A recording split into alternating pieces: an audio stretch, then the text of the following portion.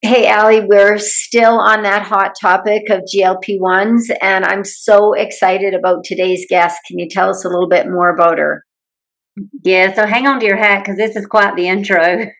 We are talking about GLP, like the Zepbounds, Ozempics, Wegovy, and on or off of them. Just learning more from this guest today, who is very qualified in many ways. One, she's registered dietitian. She works for joinvineyard.com. She's certified specialist in obesity and weight management, and she is a current patient and user of GLP-1 medication. So she has direct experience plus all this knowledge. So I can't wait for you gals listening to hear and learn from Miss Summer Kessel. Yes, and she is also an author. So we're going to have some information out about her books. So many pearls of wisdom in this one. Before we get started, let's give Annie Davis a shout out. Thanks for listening. Now let's dive in. Welcome to the Girls Talk Healthy Aging podcast, where we dive deep into pressing health and fitness issues facing aging women. I'm Alli Kerr. And I'm Shawna Kaminski. And together we'll bring candid conversations, expert advice, and personal stories that will inspire and empower you on your own wellness journey. Talk about hot topics. Whew, I'm getting hot because today's topic is very, very hot. And it is more talk about GLP-1, semaglutide, Zepbound, Wegovy, Ozempic. But the person that we have here, welcome Summer Kessel to the Girls Talk Healthy Aging podcast. Thanks for having me. I'm excited to be here. And you are uniquely qualified to talk about this. And we get to talk about it from a different angle because Summer is not only a registered dietitian, not only a specialist in obesity and weight management, Summer actually takes GLP-1 medications currently. And so, wow, we get to come at this from all different angles. So thank you for sharing all the things. So y'all listen up. We're about to get into some stuff. Yeah, thanks for having me. I'm an open book. I've written a whole book about it. I talk about my GLP-1 experience personally and try to help others on social media. And I love doing podcasts and I'm so grateful to be here. So thanks for inviting me. Yeah, so let's dive into this GLP-1 thing because we know that they're popular. We know that a lot of folks are taking them. Can we start with who they might be most helpful for and maybe who they're not the best fit for? Yeah, I mean, there are the FDA criteria, there are prescribing criteria and then also there's the insurance criteria. So your insurance company may have different rules. I'm not a prescriber, right? I'm a registered dietitian. It's really not in my wheelhouse to decide whether or not somebody is appropriate for GLP-1 medications. It's so important to be under the care of a experienced, reasonable provider who is going to keep your health and safety in mind. Because while I'm obviously a fan of these medications and I think they're amazing and do wonderful things for a lot of people, there are some people that they're not great for or maybe not appropriate. And we definitely see some trending right now of people who don't even have weight to lose, excited about using these medications. And we just don't have evidence yet to show that that's really appropriate or safe. So in my mind, coming from a dietitian's point of view, who are these medications best for? Those people who are doing all the things. Like I was doing all the things. I became a freaking registered dietitian and doing all the things. You have really tried and or you've lost weight before and regained it before, and you just feel like you're in this boat of struggling to lose weight no matter what you do. I find that those people, that was me for sure, have amazing experiences on these medications and find them to be so, so helpful. But I don't want to, I realized as I was speaking there, I don't want to imply that like you have to earn the right to use these medications. Like you don't have to do all the things first and then start treatment.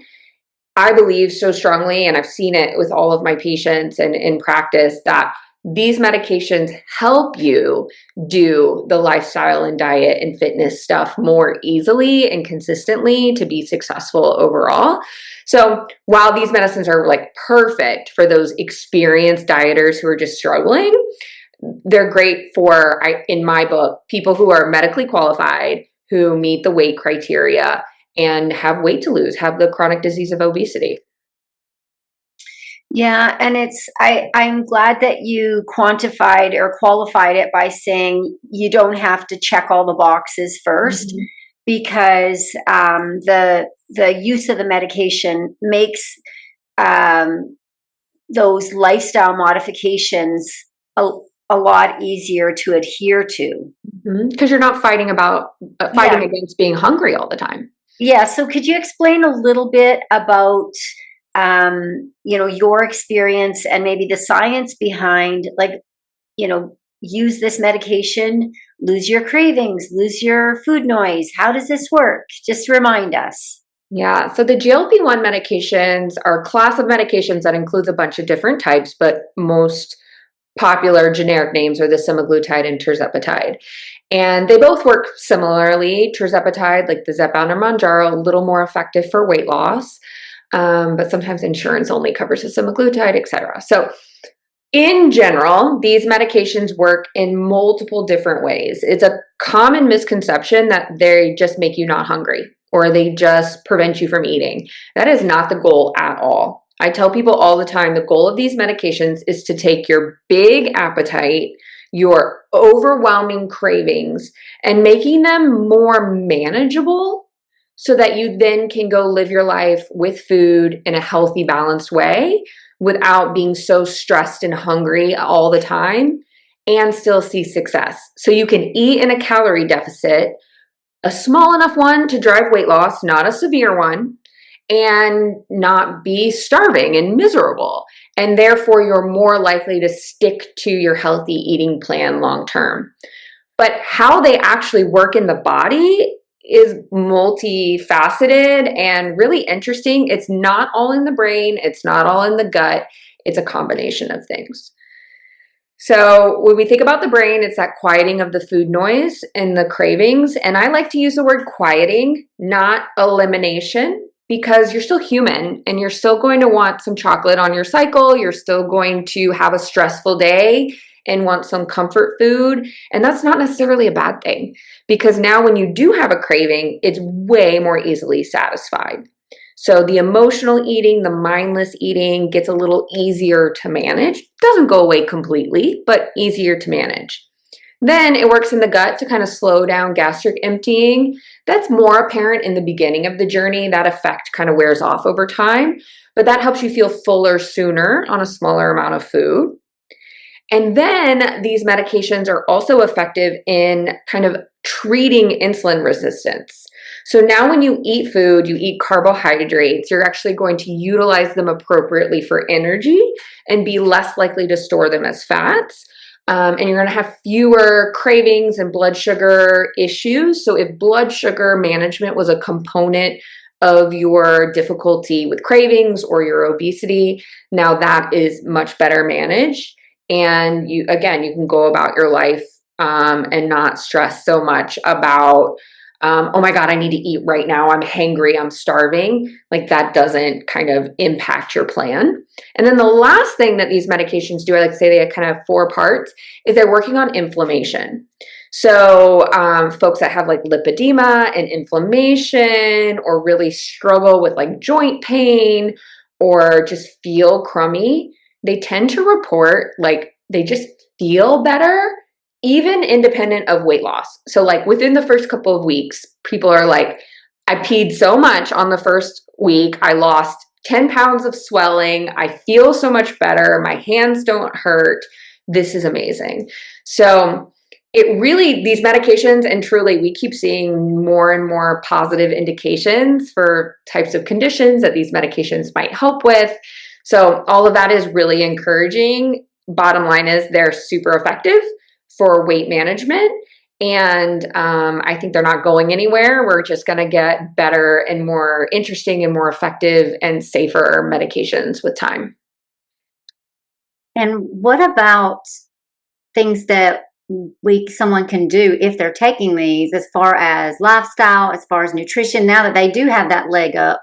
What are some behaviors that'll help someone get the best results? Yeah, I love how you said leg up, I like to look at it the other way around. Now we're on a level playing field.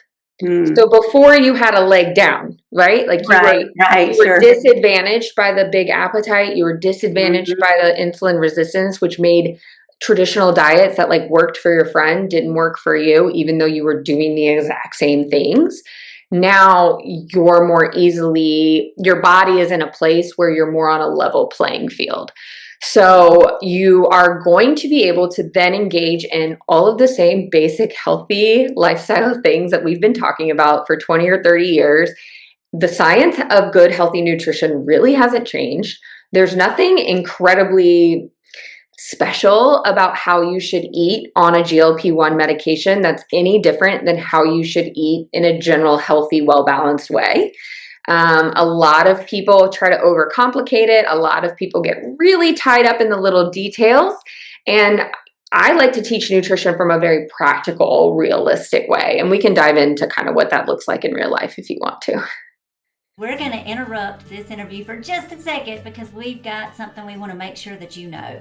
If you're struggling with your health, with your fitness, if you don't know where to start or you know what to do and you're not doing it, we're here for you. And all you need to do to get our help is to reach out to Shawna and I at our email, sapodcast23@gmail.com. And we're happy to help and we will be in touch. Now back to the show. So here's the gist is we know fruits and vegetables are good for us.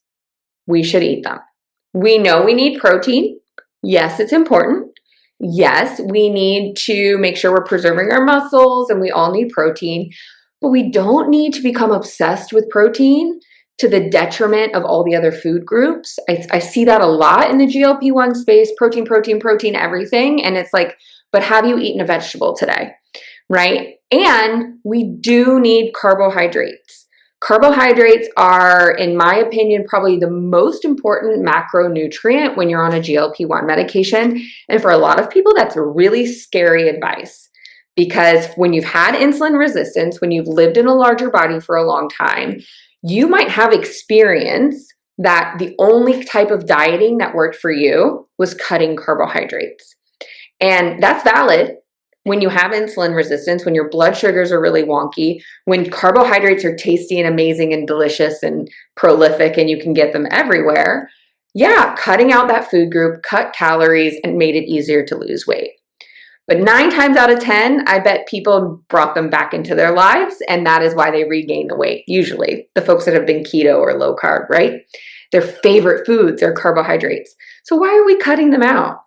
Now that you're on a medication that has your portion sizes in check, where you're not really going to overeat, we really should bring back in carbohydrates with every meal in a reasonable portion size. I'm not saying a big old bowl of spaghetti. I'm saying a side of noodles with your protein, with your veggies. Like we talked about earlier, you have less insulin resistance. You are more likely to use these carbohydrates for energy, and they're going to make you feel good. The number one complaint we hear for people on these medications is fatigue. And a lot of people think that's because they're not eating enough total calories. Most of the time, it's they're not eating enough carbohydrates. So if we can add in carbohydrates, you feel better, you have more energy, you're more likely to want to go exercise. The carbohydrates are also really important for managing side effects. So if you have a sensitive tummy, you're nauseous, the carbohydrate foods are going to be an important part of your plan to settle your stomach. Most often, the reason people feel terrible on these medicines is they're just eating all of these protein foods, not getting hardly any energy, carbohydrates, fiber, fruits and vegetables. And then the last thing we look at is hydration. These medicines are suppressing a little bit our appetite. And in that same mechanism, they're suppressing our thirst. So sometimes people don't notice that they're thirsty when they're on these medications. So it might be important to really emphasize drinking enough water and having enough fluids, especially if you're having side effects or you are tired all the time.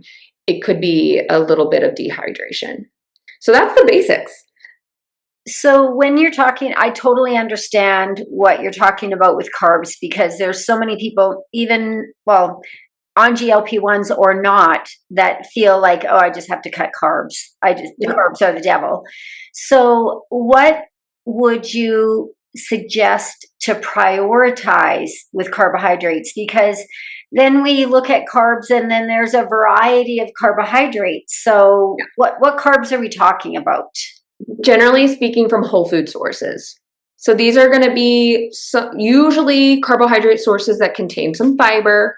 We're thinking oatmeal, potatoes, but it doesn't necessarily have to be a high fiber protein source. Like sometimes we do need some crackers or a slice of bread or an English muffin, right?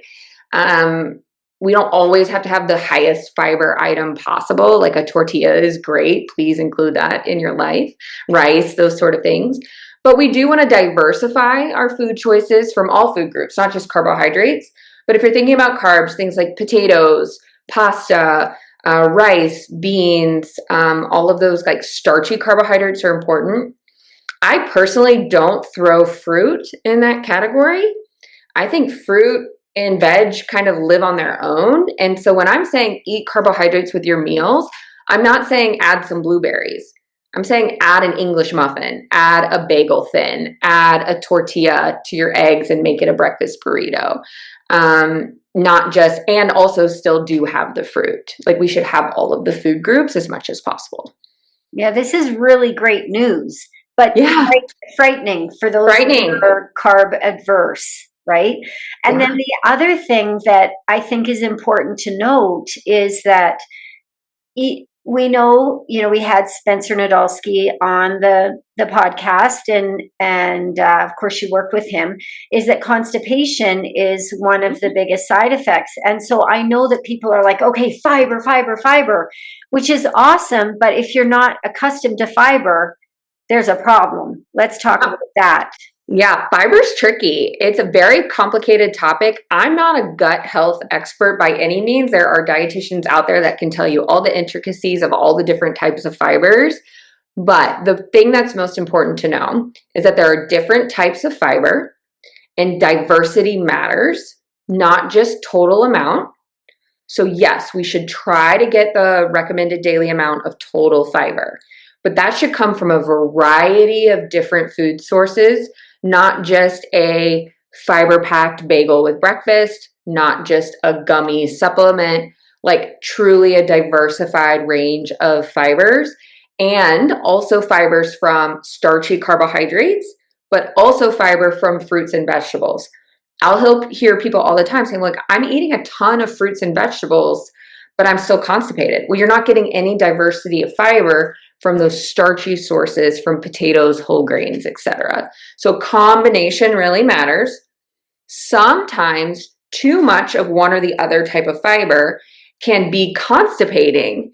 And so I'll have people be like, I'm eating 40 grams of fiber a day. Why am I still constipated? Because you're eating too much fiber. Like we got to pull back sometimes. And then the other thing with fiber that a lot of people forget is that the more fiber you eat, the more fluid you need to keep it moving. So if we are not thirsty, we're not drinking enough fluids, and we're eating all these fiberful foods, then we may not be hydrating it well enough to keep it moving. And that is so good to think about the fluid piece, because people may think that they're like doing it right when it comes to the food and be really missing the mark on the fluid. Yep. What about myths, Summer? What are some really common myths? We have social media, and there's just people that are experts on everything on social media. Yep. What are some common myths about these medications, or about how they affect our bodies, or how we should eat? Just anything surrounding that just really get under your skin that you want to clear up. Yeah, the big one that bothers me is where people think that they have to be like perfect with their eating because they're on these medications. And actually, if anything, it's the opposite. And there's like no shame or judgment in that. Like for the first time in your life, you should be able to eat a chocolate chip cookie during the week and still lose weight that week because your appetite is in check. So my biggest red flag for people that are struggling on these medicines is usually because they're dieting too hard on top of it. They're being too restrictive. They're counting every calorie. They're slashing any and every fun food possible. And that only lasts for so long and they don't feel great. So I typically take a different approach, right? We start with like, what's your usual? Where could we make adjustments? Are we eating enough? Are we eating 3 meals? What does a meal look like? How do we plan a snack? Do we even need snacks? Like those basics. People get way into the weeds with like, you need all these supplements. You need exactly a certain amount of protein and fiber. You need exactly a certain amount of calories. None of that really matters. I like to take the more big picture look. And there is no exactly right way to eat. Like one of the big myths that drives me crazy is like, if you don't get exactly a certain amount of protein every day, you are going to lose all of your muscles.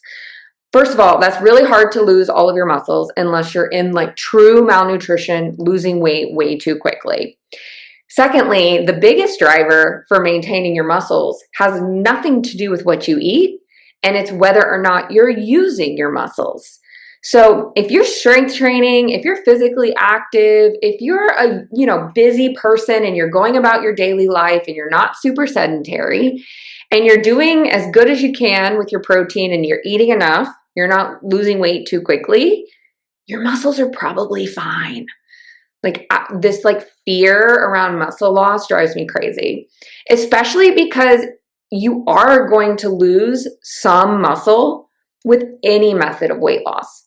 Bariatric surgery, self-directed dieting, you see muscle loss in addition to fat loss with any weight loss method. What I care about is at the end of the day, what's your functional ability? Do you feel stronger? Are you more active? Are you a person who exercises now? So what? You lost a little bit of muscle. Now the muscle you do have is more functional, and that's the ultimate goal. So I hate the fear mongering around muscle loss. It's important to be aware of that it's a risk, but I think it's way overblown. And we really only see that in the people who become frail, who get too thin, who lose weight too quickly. And so if you're eating pretty well and you're moving your body, you don't have to stress about every gram of protein and count it and measure it and make sure it's perfect. Close enough is good enough. Can you speak to the other side of that you just alluded to, which is losing weight too quickly and getting too frail, and how that could happen on these medications? Yeah, they're powerful medications. I mean, we definitely have to make sure that people are under the care of a prescriber who is monitoring them. We are in a society so obsessed with weight loss, with more is better, quicker is better, faster is better.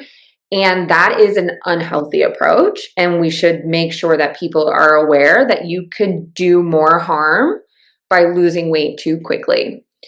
I worry not only about your body and your frailty and your functional ability, but like also your micronutrients, and your functioning day to day. Like, can you go to work? Can you focus? Do you have energy? How's your mood? Like, are you getting along with your friends, or like, are you socially active? Are you able to go out to eat with friends and like enjoy a holiday? Or are you so focused on weight loss that it's controlling every aspect of your life?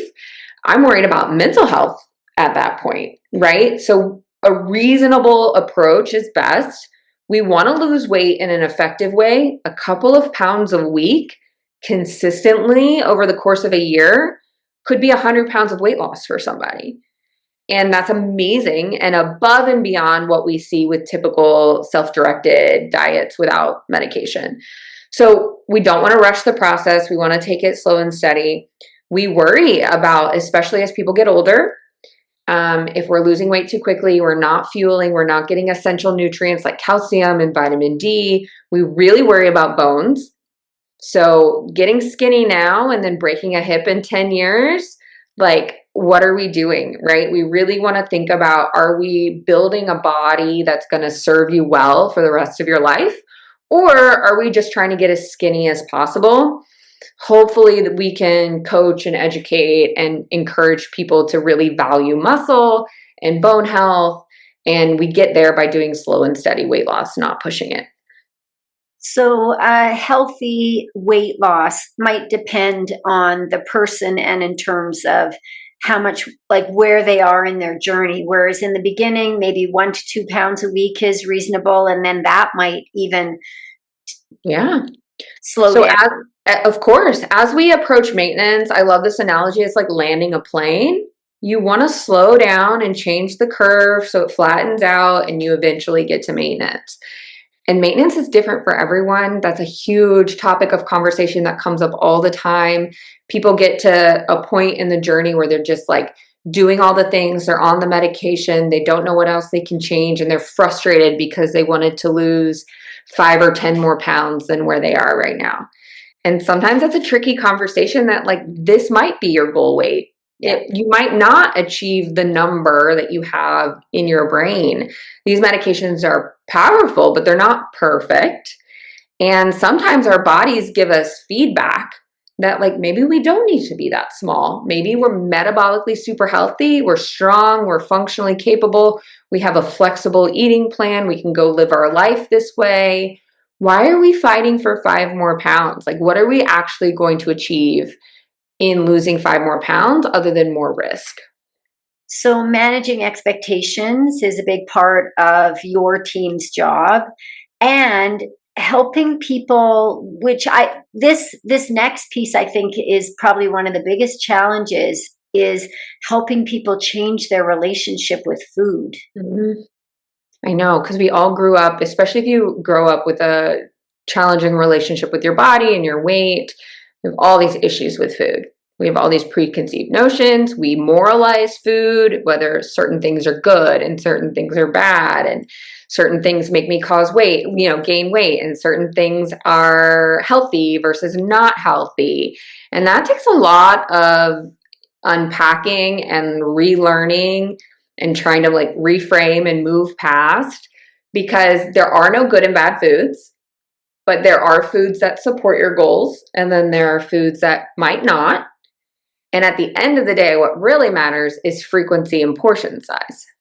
So alcohol is not good for anybody, but when you're on vacation at the beach, please have a margarita, right? But are we having a bottle of wine every night at home, right? So food and eating kind of lives on this, like, spectrum from healthy to not super healthy, like not health promoting. But that doesn't mean we have to be as perfect as possible. We can kind of jump around depending on the situation, depending on our goals.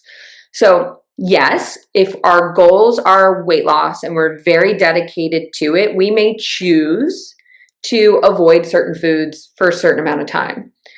But knowing that they're not bad foods, they just don't support your goals, is a very different way of thinking about it. So that if you do go to a kid's birthday party and they have amazing looking cupcakes, you choose to not have that, totally cool. But if you still really want one, you're not a bad person. You're just human, and it can still fit into your plan. That can be scary. It can take some trust, because prior to these medications, maybe that one cupcake would spiral into 10 cupcakes, and then let's go out for dinner, and then I'm off my diet. So that is the mindset shift that is most important, is recognizing, like, this is not a short-term diet. This is, how do I want to eat for the rest of my life to achieve my health goals? And then that reframes it in a way that, like, no, I don't want to live the rest of my life never having a glass of wine. How do I incorporate that into my plan now so that it doesn't feel all or nothing? And that's where a conversation with a dietitian, working with a team that gets these sort of conversations, can be so powerful for people on these medications, because so often the advice we see online is just repackaged diet advice, and it doesn't necessarily work on the mindset stuff. It also helps that the goal is slow weight loss, because as the weight is coming off, the mindset can change, because so it works in dual fashion that way, that you can kind of change your mind and relationship with food as the scale is changing. again, it's because these medications don't require perfection. And then you realize like, oh, I can, old me would have said, I can get away with that. You're not getting away with anything. You're not being naughty. Like, we need to work on that. But you really can figure out, like, at what point can I include a family pizza night every Friday and still lose weight? That's amazing. Like, let's keep doing that. The goal really is to eat as much food as possible and still lose weight. And that's kind of a tricky gray area that takes some trial and error. And that's okay. We don't have to figure it all out in the first week, especially if you have a team and somebody that you can check in with on a regular basis. That is the journey that I really hope most people are able to take. One word that I keep hearing you say, Summer, is perfection, and we don't have to be perfect. And I know that us gals, that is a challenge. And especially if someone has been in a situation where they felt like they had to be perfect to get results, it's probably a hard switch of the mind. And then also we have this certain image that we think, I'm going to lose weight and I'm going to look like this. This is what I see with clients, that they have an image that they're thinking. And even though they were doing great at losing weight on these medications, the image that they get as they lose weight may not match that perfect image that they have in their mind of what this was going to look like. Do you experience that with people that you work with? Yeah, I mean, I experienced that personally With myself, right? right? Like, I've lost a good amount of weight multiple times over. I've got loose skin. I've got bumpy parts. I've got, cellulite and stretch marks, and like, it ain't perfect. And recognizing that, I think as we get older, we get a little more comfortable with like the outcomes not being perfect, right? But yeah, I mean, that's a whole nother journey with the mental image, body image issues and expectations. That's definitely worth exploring if you find yourself frustrated with your results. That's where, like, in a session with a client, I would really try to get them to explore all of the non-scale victories, all of the functional things that they can do with their body, not just how it looks, but how it works. Do we have some labs that we can compare and like objectively say, look how much healthier you are? And then also, it's okay to want to have aesthetic goals. It's okay to want to work on your body appearance. We can do those things. What needs to happen, though, is recognizing that takes time, and it almost always takes a huge amount of physical fitness. So the aesthetic look that you're going for doesn't just come from weight loss. It almost always comes from hard work in the gym. And sometimes our expectations don't align with our outputs, like the things we actually did along the way. And so you may lose 100 pounds, but if we didn't exercise along the way, and then you're frustrated with how your body looks, that is kind of the consequences of your actions. And that sounds harsh, but I think going into the journey, knowing that you want to look a certain way at the end, what do we need to do to make that happen? It's usually lifting heavy weights and working on your physical fitness and building muscle. Because the body that people image, that people have, is usually built with muscle, not just with weight loss. And that sometimes is tough to learn or to even know, because you think it's just a number, but really it's that body composition that might make all the difference in how you feel, how you look, and how your clothes fit and those sort of things. Yeah. And so working out, yes. Working out. Doing weights, yes. And Yep. what about with people that are, for whatever reason, have transitioned off this medication? Maybe their insurance stopped covering it, or maybe they decided they wanted to just transition off. Can you speak to what your experience is and what the big takeaways that you're seeing with people that are coming off of the medications? It's so tough because most people will say they don't want to come off. And the people who do end up coming off the medication, it's usually for financial reasons, which is such a shame. That speaks to our healthcare system and environment and insurance mess and all of that. I've definitely had people who have had great insurance coverage for 2 years and then they get dropped. And then they can't afford the $400 a month increase in their medication costs. And they panic and they say, what can we do? Hopefully, if you're coming off medication, you're with a team that can help you navigate it. You have a doctor, maybe a dietitian that you can work with, because there are other medications, other traditional obesity medications, oral historical medications that might help, that might ease the blow and like help you transition off. We also want to hopefully come down on your medication slowly in the same way that we went up slowly. If we could wean off instead of just stopping cold turkey, I see people have better success in that way.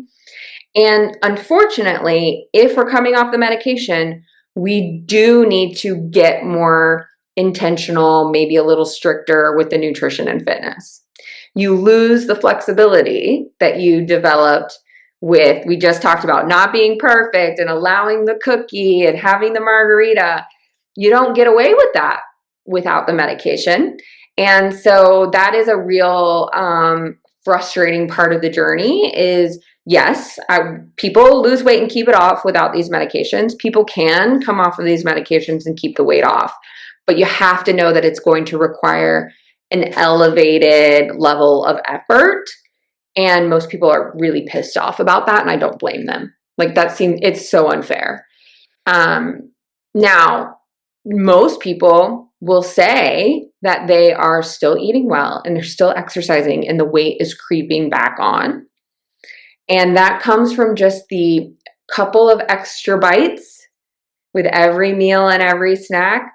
Those calories start to add up, and it may not feel significant. You're like, I'm not necessarily eating super different. I don't think I'm eating a lot more. But when you really dig into it, you find like, oh yeah, I am finishing my plate now, when while I was on the medication, I was always leaving a couple of bites behind. And that sometimes can be the difference in the weight staying stable or the weight starting to creep back up. And it can be really frustrating. So if you've lost weight in a way that you've built muscle, that you've developed healthy habits, that you've really changed your environment, you've like had the hard conversations with your husband and you've thrown all the junk out of the house that you know is going to be tempting when you're off the medication. You have good support. You have the time and the resources to invest in quality nutrition. Yes, we can help you keep it off, but knowing it's going to be really hard. And so I think it's important when people start these medications that they know that they're potentially lifelong. We've had financial planning conversations in this household about like, how are we going to afford my medication if XYZ? Like what would we do if like, and this happened to me, I lost insurance coverage last year. I was on my husband's health insurance plan. We had coverage. He's on it too. My husband's on Zepbound too. And we were paying $25 a month for the whole last year. And now we're up to $4.99 going through Lilly Direct and getting the vials. And that was like we've got a budget for this. We've got to have this conversation. And how are we going to manage this? And do we need to come down in dose? Do we need to split the vials? Do we need to stretch it out? Like, how are we going to manage the financial situation? Can be very stressful. And it's a realistic situation that people need to consider well before they even start treatment. That this is not a quick fix, and it very well may be lifelong medication. Well, when you consider if you were a diabetic and you needed insulin, that is a lifelong medication. And so sometimes, when we consider that, hey, obesity is a disease and it's not necessarily optional that right. It's just, it's a funny mindset that can you get by without it? Yes, maybe. But yes-ish, but your quality of life is much diminished. Mm-hmm. So it would be ideal if a patient is doing well on it, that they would be able to continue. But there are options to reduce dosage, whether it's a financial decision or not, from my understanding. Right. Can you talk about that? Correct. Yeah. And in maintenance, when you get to your goal and you're on a treatment dose, that may not be what you need for maintenance. Like maybe it's still too strong. Maybe you're losing weight too quickly. Maybe you're shooting past your goal. Hopefully you have a provider who can help you pull back on your dose. And that should really be an individualized approach. There is no one maintenance dose. Some people need to stay at a higher dose for maintenance. And then we try to come down and they start to regain. Okay, we're going back up to that higher dose. There's some programs out here like that force people to titrate down to a certain low dose for maintenance, which can be really distressing because then the food noise comes back, the cravings come back, people start gaining weight. And they have these providers who are working on algorithms instead of treating them as individuals, and they get frustrated. So it's really unfortunate. So there is no one right way. Like not everybody has to decrease their dose. That's a common misconception. If it's working for you and your weight is stable and you feel good and there's no side effects and you're not having any medical issues at the higher dose, that's probably fine if your doctor agrees. You speak quite a bit about having a great medical team. So we wanted to give you the opportunity to talk a little bit about the team that you're on, because I know that Alli and I feel very strongly about the medications that are kind of on the gray market that you're just kind of getting from someone unqualified. We're not advocates of this. So this is one of the reasons why we wanted you and Dr. Nadolski on the program, because you're legit. So tell us a little bit about Join Vineyard and what it offers and what people should be looking for when they're looking for this kind of care. Yeah, I think it's important for folks to have a provider who sees them as an individual and can be available for questions and concerns in a super timely manner. Because the worst thing is to start these medications, your primary care doctor sent your prescription, you took it on a Thursday, and you're sick as a dog Saturday, Sunday, Monday, and they don't return your My Chart message until Tuesday afternoon, and now you've already gone to the emergency room because you just couldn't keep fluids down, right? Like that is worst case scenario, and we see it all the time where people start these medications with very little support, education, information. They don't have any idea how they should be eating. They're turning to TikTok or Facebook groups to figure out what they should be doing.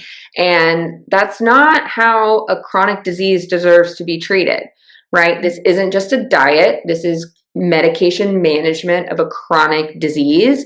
And there are experts in this field. So at Vineyard, we have obesity trained certified physicians, family medicine, internal medicine that are available to you directly in the chat, and you can schedule a visit whenever they have availability if you need them, and we reply within a day.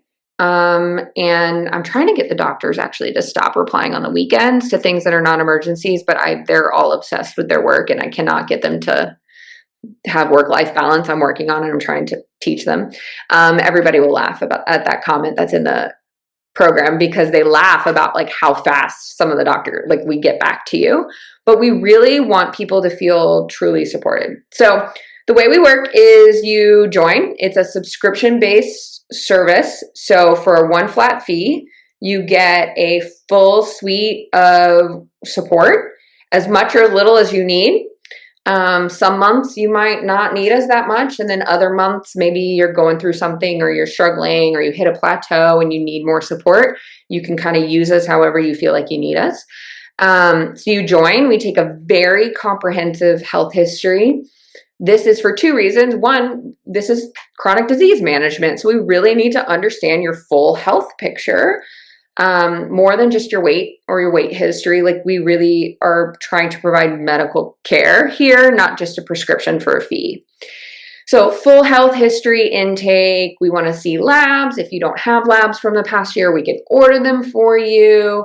We really want to know you, but also we take pride in having really comprehensive documentation of your health history so that we can have a really good chance of fighting your insurance to get you coverage for these medications. So in the first month of service, part of the really intensive work that we do on your behalf is with the insurance navigator and the documentation to see if there's a chance that we can help you get these medications covered. Sometimes it's a big roadblock and it's just a hell no matter what we do. But oftentimes we can figure out, okay, maybe if you have sleep apnea, it might be covered. Have you ever had a sleep study? No. Okay, let's order that for you. Let's get that workup done. Let's see if you have sleep apnea. You're struggling with your weight. You say you snore. Very likely you have sleep apnea. It's just undiagnosed. Like, we're going to go that extra step to help you figure out how we can help you access your medications. If we can't get insurance coverage, no worries. We can set you up now. You know, there's the Lilly Direct and NovoCare, the direct cash pay options for the brand name GLP-1 medications. We do not do compounds. We only provide the FDA approved medications. This is for your safety. No judgment or shame to anybody who uses compounds, but we just do not prescribe them. And then in the first month, you get connected with your dietitian. You can message your doctor or your dietitian anytime in the portal. You can schedule a visit with your dietitian as many times as you want. We have a whole content library of resources, everything you could possibly want to know about the medications, nutrition, fitness, mindset, all sorts of things. We have group events. So we have support groups, accountability groups, mental health groups, all different types of programming for you to come and build community. Speaking of community, we also have a private Facebook group. So our clinic members are in an online Facebook group where you can chit chat with other members. Of course, all medical questions need to come back to your provider, but we encourage people to build those bonds and get to know each other. I think we do a really good job of moderating the Facebook group. So everything is science-based, everybody's nice. And if you're not, we kick you out. Not really, but we'll send you a message. Be like, hey, that's not how we work here. And then we have a strength training program. So you get access to Dr. Spencer's LiftRx with a full home and gym strength training progressive overload program. You tell it how many days a week you can lift, 2 days, 4 days, whatever works for you. You get a program that's written by our doctor of physical therapy and strength coach, Bryce, who has been doing the LiftRx programming for I don't know how long they've been around, 10 years now. And we provide that to our patients. I feel like I'm forgetting something. We have so much. And in addition to that, I think the real value is just that you know that you have a team for if and when you ever have any issues. So we, again, like I said, $150 a month, just a recurring subscription service. You can cancel anytime. We don't have contracts. There's a lot of programs out there right now that are putting people in shady long-term contracts and don't let them break the contract. It's a whole thing. And you have experts. So this is what we do. And we work with folks for their obesity medicine and any and everything that's adjacent to that. So if you need your cholesterol medication adjusted, your blood pressure medication, your thyroid medication, you need some tretinoin for your skin, you need some minoxidil for your hair loss, the doctors can manage more than just your GLP-1 script. And we have tons of patients who actually aren't even on GLP-1s. Maybe they decided they couldn't afford it. They didn't have insurance coverage. They still work with us, work with the dietitian, work with the strength team, work with the doctors for other perimenopause, HRT, those sort of things. So we're not just a pill mill. We're not a pill mill at all, but a lot of these programs online, telehealth, are. You just pay, you tell them how much you weigh, they write you a prescription and send you out the door.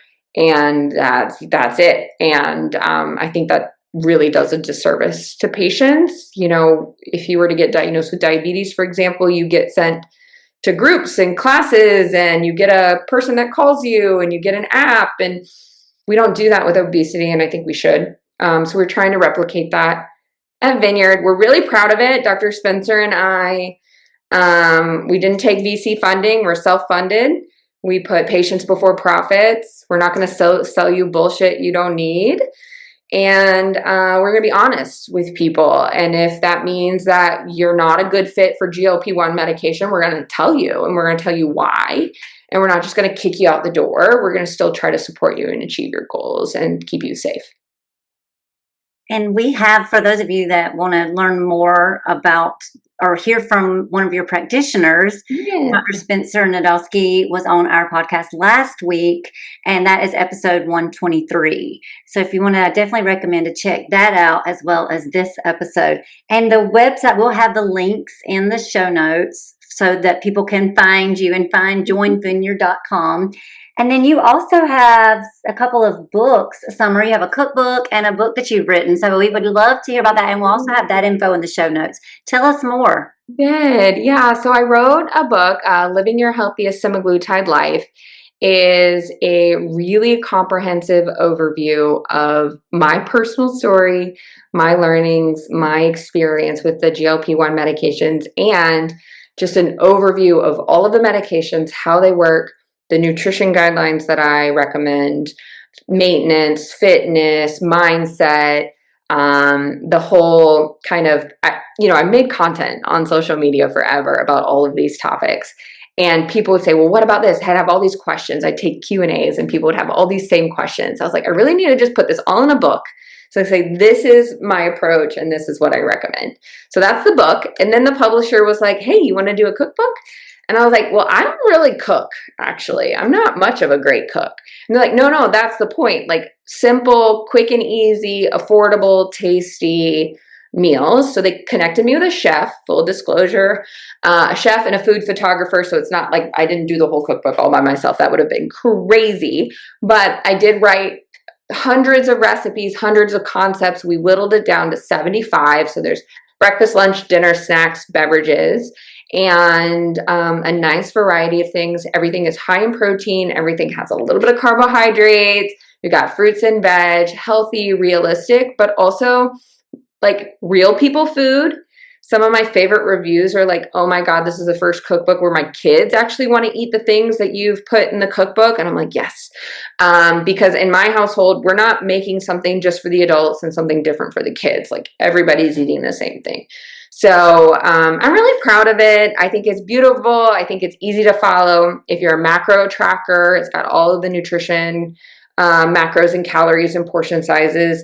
And it's got grocery lists, it's got meal plans, it's got some advice of how to manage nutrition on a GLP-1 medication in the beginning of the book, so you kind of know why certain foods are recommended. And I'm really proud of them. They're on Amazon, they're in Barnes & Noble, they're like wherever you get your books. You can just search my name and they both come up. My favorite thing on Amazon right now is that where it like prompts you to bundle them. Like people who purchase this also purchase this, and it's my two little books, and I'm like, yes. So it's really fun. I never thought I would write a book. The whole reason I don't have a PhD is I did not want to go back to school and write papers. Like I really hate writing papers sitting still. I'd rather talk and make short form content. And the only way the book got done, I was voice to text walking around my neighborhood. So like it's a labor of love. I almost missed so many deadlines, and I'm really proud of it because it was really hard for me to sit and type. And I'm just glad I got to share my story and support people. Maybe you can't afford to join the clinic. Totally get it. Books like $20 on Amazon. So that's what I was going to say. These things are really inexpensive for those that maybe can't do the subscription thing, or that maybe can't afford their GLP-1s anymore because their insurance kicked them off, but they can get these tools at a very low price. Yeah. Books are great. They were fun to write. It was definitely a journey. Having an editor who was like a lay person who didn't understand the medications and didn't understand nutrition, asking clarifying questions as we were going through the book was such a learning experience for me. It's like, this is what the average person just doesn't know. And like I needed to explain and I needed to elaborate. And so the book turned out to be even better than I could have written on my own. So I'm glad I went through like a legit publisher and had a team behind that. So I'm really proud of them. Well, it's really great to have resources that are both accessible and affordable, whether it be, the teleclinic or, and the books, because we need more of these types of resources that are evidence-based, legitimate. And so thank you it's great. We can really see the passion that you have for, the topic, the clients patients that you deal with? Very protective of my clients. I'm very like, I see myself in them. I am them, right? I do support groups and I introduce myself and I'm like, hey, I'm Summer, I'm your dietitian, but like full disclosure, I'm also a patient here. Dr. Spencer wrote my prescription. I've been on these medications for 3.5 years. So like, I am a dietitian. I'm trained in that way and I can be impartial. I don't always bring in my personal experience to the patient's experience. Obviously, they deserve to be the forefront, but I think it can really help in a nutrition session when people start like explaining their food noise and then they realize like they don't need to explain it because I get it. They're like, oh, you know what I'm talking about. It's like, I absolutely know what you're talking about.